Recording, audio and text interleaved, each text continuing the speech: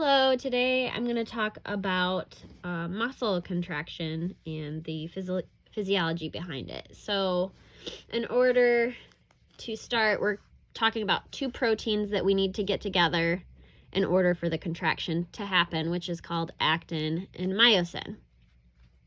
So, if you look at kind of what my drawing of muscle fibers are, and we zoom in a little bit to here, you'll see there's thick filaments and thin filaments, which are the actin, and there's little lines throughout the muscles called sarcomeres.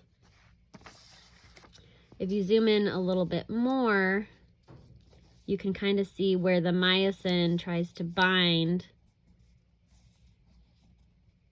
to the troponin.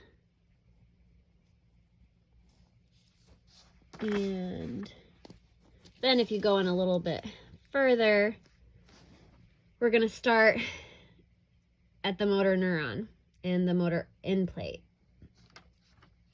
So this is the myelin sheath surrounding the axon of the motor neuron, and then the signal kind of travels down through here into the muscle fibers.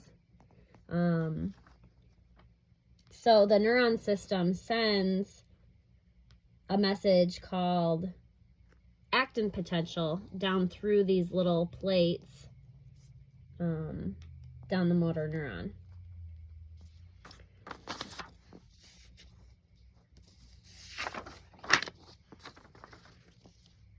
So here is a more zoomed in version. So here's the nerve impulse coming down the action potential, and the neurotransmission releases this product called acetylcholine through the synaptic nerve impulse. You can see right here is the vesicle containing the acetylcholine. This is the end bulb, and the little red dots in here are the acetylcholine. And so the transmission kind of sparks up the release of the acetylcholine to start coming down out of their vesicles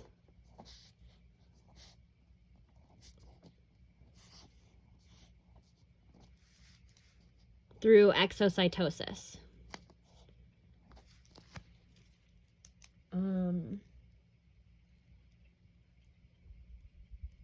So then, as the acetylcholine as they start floating around and they start reaching the acetylcholine receptors, they bind to them, causing them to open.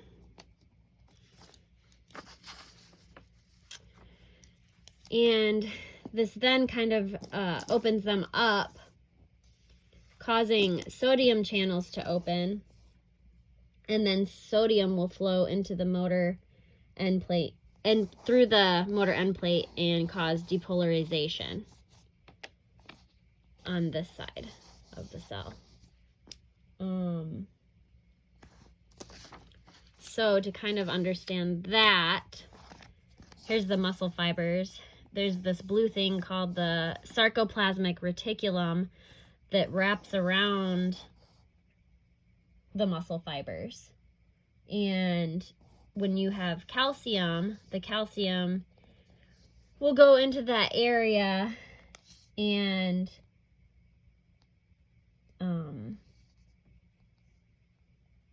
it's transported through it using ATP, causing the muscle to relax.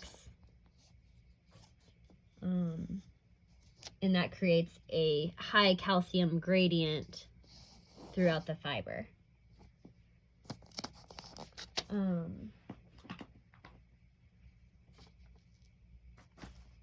So when the muscle becomes depolarized, the cytoplasmic reticulum releases the calcium, and then the calcium binds to the troponin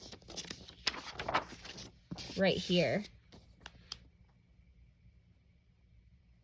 area of the troponin complex, and the complex moves, exposing myosin. So then the myosin can combine with energy from ATP and move the actin, which then kind of creates this pulling action on the actin, which creates a cross-bridge cycle. So the myosin moves the actin with energy from ATP, causing the sarcomere to shorten, which is like the contraction. This keeps repeating over and over as long as the calcium keeps being released.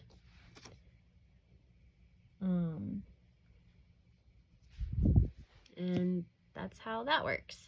So now we're going to move on to botulism. So botulism is a bacteria that releases this toxin, botulinum toxin, which binds to sites on your nerve terminals, and it decreases the release of the acetylcholine, which blocks the nerves from transmitting movement.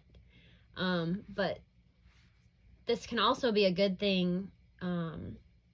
Sometimes botulism can be used for severe muscle contraction, such as like for people with TMJ. They can use it as a treatment to decrease that overstimulation.